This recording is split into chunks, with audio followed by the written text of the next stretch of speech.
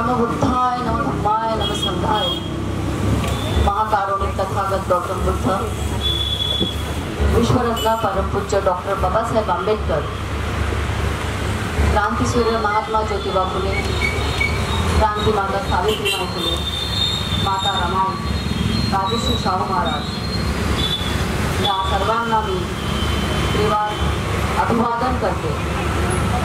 तसेच आज इथे प्रबुद्ध उपासिका महिला मंडळ या अंतर्गत बुद्ध जयंतीचा जो कार्यक्रम इथे आयोजित केलेला आहे आणि या आयोजित कार्यक्रमामध्ये उपस्थित अतिथीगण आपण सर्व उपासक उपासिका यांना मी मैत्रीपूर्ण जयगुरु करते। सरांनी आत्ताच माझा परिचय दिला की मी धम्मदीक्षित आहे आणि मला असं वाटतं आता 2011ला मी दीक्षा घेतली होती आणि आता 2024 सुरू आहे, तर त्या 12 वर्षाच्या कालावधीमध्ये जेव्हापासून मी धम्मदीक्षा घेतलेली आहे तेव्हापासून माझ्या आयुष्यामध्ये खूप बदल झालेला आहे। म्हणजे धम्म जो कोणी स्वीकारतो त्या व्यक्तीची नेहमीच प्रगती होत असते, मला असं मी प्रॅक्टिकली सांगू शकते। म्हणजे इतका सुंदर धम्म जो माणसाला जीवन जगण्याचा मार्ग देतो,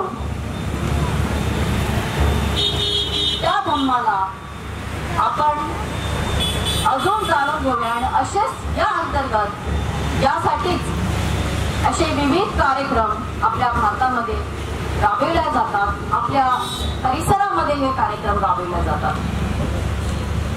खरं तर जन्माने मी भोळी जातीची आहे, ज्यामुळे आमच्याकडे याचा धम्माचा कुठलाही लवलेश नव्हता। अशी आमची फॅमिली होती की ज्यामध्ये अजूनही अशा लोकांचा, बुद्धिस्ट लोकांचा द्वेष केला जात होता आणि अजूनही अशी परिस्थिती आहे। परंतु कारण त्यांना अभ्यास नाहीये, हे त्यांचं अज्ञान आहे, त्यामुळे त्या गोष्टी त्यांच्याकडे आणि ज्या गोष्टी धम्माच्या गोष्टी त्या त्यांच्यापर्यंत पोहोचल्या नाहीये आणि त्याच्यामुळे त्यांच्या अज्ञानामुळे या गोष्टी घडत असतात। परंतु मला असं वाटतं की असा एक तो दिवस उगवला आणि त्या अंधारातून मी या उजेडामध्ये आले आणि आपल्या सर्वांशी माझी मैत्री जमली आणि मैत्रीचे नाते इतके घट्ट विणले गेले की आज दादा मला कॉलेजच्या दिवसापासून ओळखतात, आजही ते नाते अजूनही चालत आहे आणि ते पुढेही चालते।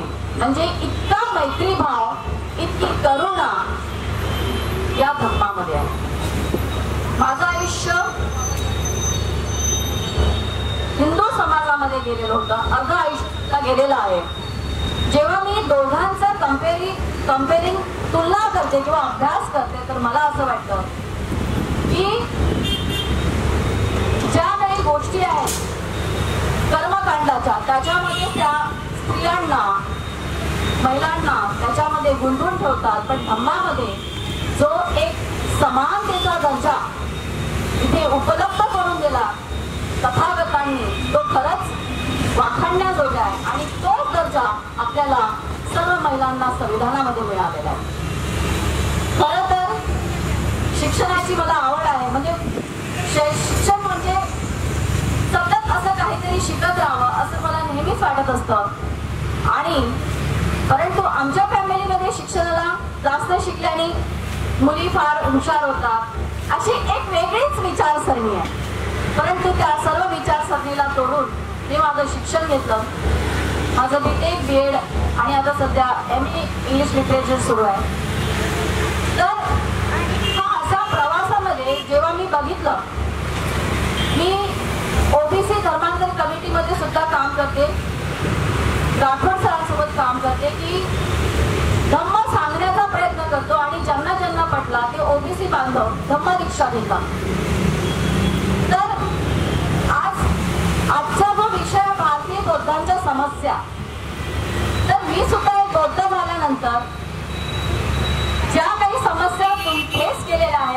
थोड्याशा तुम्हाला सांगू इच्छिते. आणि जे लोक ओबीसी धम्माचा स्वीकार करीत आहे त्याच्यामध्ये त्या लोक कोणत्या समस्या फेस करतात त्याबद्दल आज आपण थोडंसं डिस्कस करू. सर्वात मुख्य गोष्ट म्हणजे की एखादी व्यक्ती जेव्हा कुठल्याही धर्मातून, मी एक स्पेशल नाव घेणार, कुठल्याही धर्मातून जेव्हा ती धम्मात येते त्यावेळेस त्या व्यक्तीला समाजाचा, त्यांच्या नातेवाईकांचा विरोध स्वीकारावा लागतो. प्रश्न असा येतो माझ्या डोक्यात की हा एवढा वैज्ञानिक दृष्टिकोन भारतातून कसा मुक्त करण्यात आला आणि त्याच्याऐवजी कर्मकांड इथे कसे रोवले गेले. आणि ही जी नशा आहे, धर्माची नशा आहे, कर्मकांडाची जी नशा आहे ती अजूनही लोकांची उतरत नाहीये. परंतु जे लोक बुद्धिस्ट होतात, ती बांधव, त्यांनी अनेक गोष्टी शेअर केलेल्या आहेत की सर्वात प्रथम त्यांना त्यांच्या समाजातून थोडंफार वाईट टाकलं जातं. म्हणजे त्यांना वेगळंच मानलं जातं की बुद्धिस्ट झाला तर हा, म्हणजे अजूनही त्यांच्या डोक्यात जातीचा विचार असतो. त्याच्यामुळे त्या उद्देशाने ते त्यांना हाताळतात. त्यांच्या डोक्यात अजूनही येत नाही की 1956ला डॉक्टर बाबासाहेब आंबेडकरांनी दीक्षा देऊन सर्व येथील जे शेड्यूल कास्टचे लोक होते ते आज बुद्धिस्ट झालेले आहेत. आणि धर्मामध्ये कुठलीही जात रिमेन नसते, जात नसतेच, जात तिथे नष्ट होते. त्यामुळे हा एक असतो. त्याच्यासाठी जे लोक बुद्धिझम स्वीकारतात त्या लोकांसाठी जी 1956ला बुद्धिस्ट म्हणून ज्यांची निर्मिती झाली म्हणेन मी, किंवा जे क्रांती झाली त्या क्रांती अंतर्गत जो समाज इथे बुद्धिस्ट झालेला आहे त्या बुद्धिस्ट समाजाने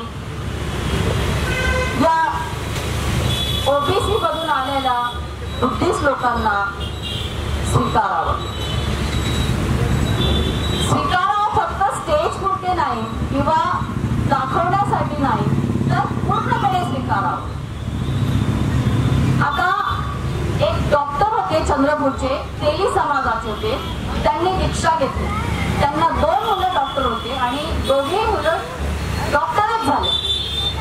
परंतु जेव्हा त्यांच्या लग्नाचा प्रश्न तिथे निर्माण झाला तर ते सांगितले की चंद्रपूरचे सर होते, त्यांनी सांगितलं की आम्हाला बौद्ध धर्माच्या समाजातून मुलगीच मिळत नव्हती लग्नासाठी मुलाच्या.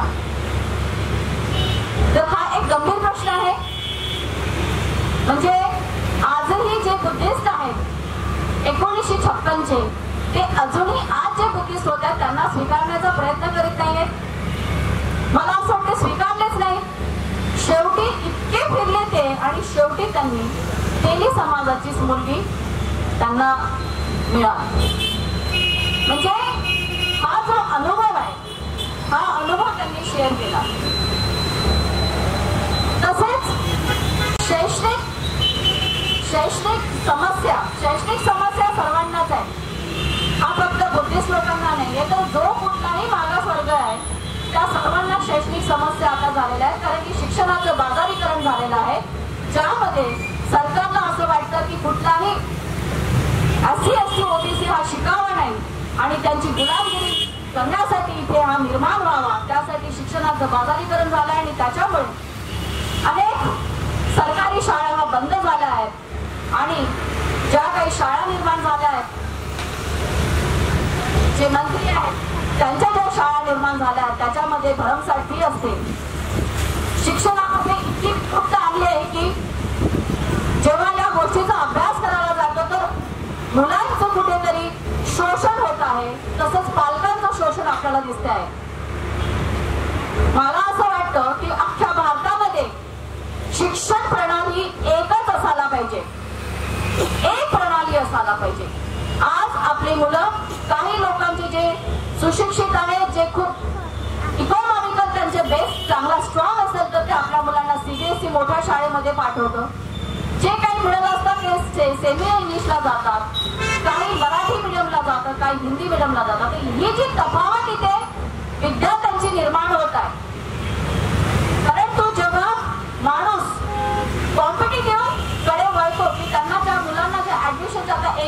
नीट एक्झाम्स आहेत, तिथं IIT आहे. या सगळ्या गोष्टीसाठी जो अभ्यासक्रम असतो तो फक्त CBSEचा असतो. मग ही जी तफावत आहे शिक्षणातली, ही तफावत सरकारने दूर करावी. प्रत्येक मुलाचा इथे शिक्षणाचा अधिकार आहे. त्याला फुकट शिक्षण मिळावं असं संविधानामध्ये दिलं आहे. आणि प्रत्येक मुलाचा अधिकार हा आजच्या घडीला हे सरकार काढून घेतल्या. त्यांनी काढून घेतल्या. अनेक शाळा इथे बंद झालेल्या आहेत. मी भटक्या जमातीसाठी काम करणारी संघर्ष वाहिनी याच्यामध्ये सुद्धा काम करते.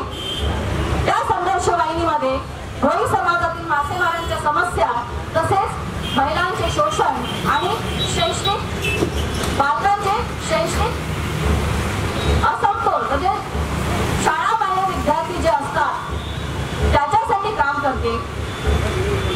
त्यानंतर युवा ग्रॅज्युएट फोरम अंतर्गत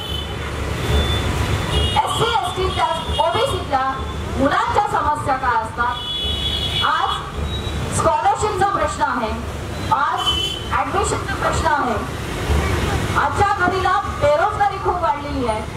म्हणजे ऍक्च्युली तुम्ही कुठलंही शिक्षण घ्या, परंतु तुम्हाला कुठलीच गॅरंटी नाही की आपला मुलगा चांगल्या ठिकाणी चांगल्या पोस्टवर असेल. कारण की सरकारी सगळ्या नोकऱ्या बंद झालेल्या आहेत, बंद केलेल्या आहेत, झालेल्या नाहीत पण त्या केलेल्या आहेत. ही त्यांची जी हुकुमशाही चालली आहे याच्यासाठी सुद्धा आपल्याला काम करावं लागतं. आणि इथल्या ज्या प्रभुत्व उपासिका महिला मंडळांचं मी कौतुक करेन की त्या लढवय्या आहेत. मागच्या वर्षी तर एक संघर्ष रमाईचा पुतळा साठी त्यांनी दीक्षाभूमीवर जो संघर्ष केला होता त्यासाठी त्यांची दाद द्यावा लागेल. ताईंनी इतकं काम केलं त्याच्यासाठी, त्यांच्या सगळ्या मंडळींनी, महिला मंडळांनी, की इथे पुतळ्यांचं उद्घाटन झालेलं आहे. तरी तिथे काही थोडी कमीपणा राहिलेली आहे, ती सुद्धा आपण ओव्हरकम त्याच्यासाठी परत लढून ती कमी करण्याचा प्रयत्न करत आहे. आता सध्या एक इश्यू आहे दीक्षाभूमीवर, त्याच्यासाठी आता सध्या एक लढाई आहे. तथागतांची जयंती म्हणजे एक लढाईच असते. त्यांचं जे कार्य म्हणजे आता सरांनी सांगितलं की इथे फक्त आपण चर्चा करणे खूप महत्वाचं असतं. चर्चेमधून काहीतरी निघतं, त्याच्यासाठीच हे प्रयोजन असतं. तर आता सध्याच्या स्थितीत सर्वात मोठा एक प्रश्न आहे. दीक्षाभूमीवर खोदकाम सुरू आहे. वाहतुकीसाठी पार्किंगची जागेसाठी तिथे खोदकाम सुरू आहे. म्हणजे आज जेव्हा दसऱ्याच्या वेळेस धम्मचक्र प्रवर्तन दिनाच्या दिवशी तिथे जो लोक येतो तिथे तेवढी जागा कमी पडते आणि आता हे खोदकाम करून ते तिथं जागा कमी करण्याचा प्रयत्न करतायत. तर याच्यासाठी आमचं जे मंडळ आहे युवा ग्रॅज्युएट फोरम अंतर्गत अनेक लोकांना तिथे प्रश्न विचारायचा प्रयत्न केला, पण कुणालाच वेळ नाही आहे. आगलावे सर आहे तिथे, त्यांना सतत फोन करणं सुरू आहे, परंतु त्यांना वेळ नाही आमच्याशी बोलायला. त्या कमिटीतल्या कुठल्याच व्यक्तीला वेळ नाही आमच्यासोबत बोलायला. आम्हाला फक्त प्रश्न मांडायचे होते की का करताय, त्याचा उपयोग किती होणार आहे. खूप वर्षभर तर गर्दी नसते, फक्त ती 3 दिवसाची गर्दी असते. ती 3 दिवसाची गर्दी इथे प्रत्येक व्यक्ती ती मॅनेज केल्या जाते. लोक रस्त्यावर झोपतात.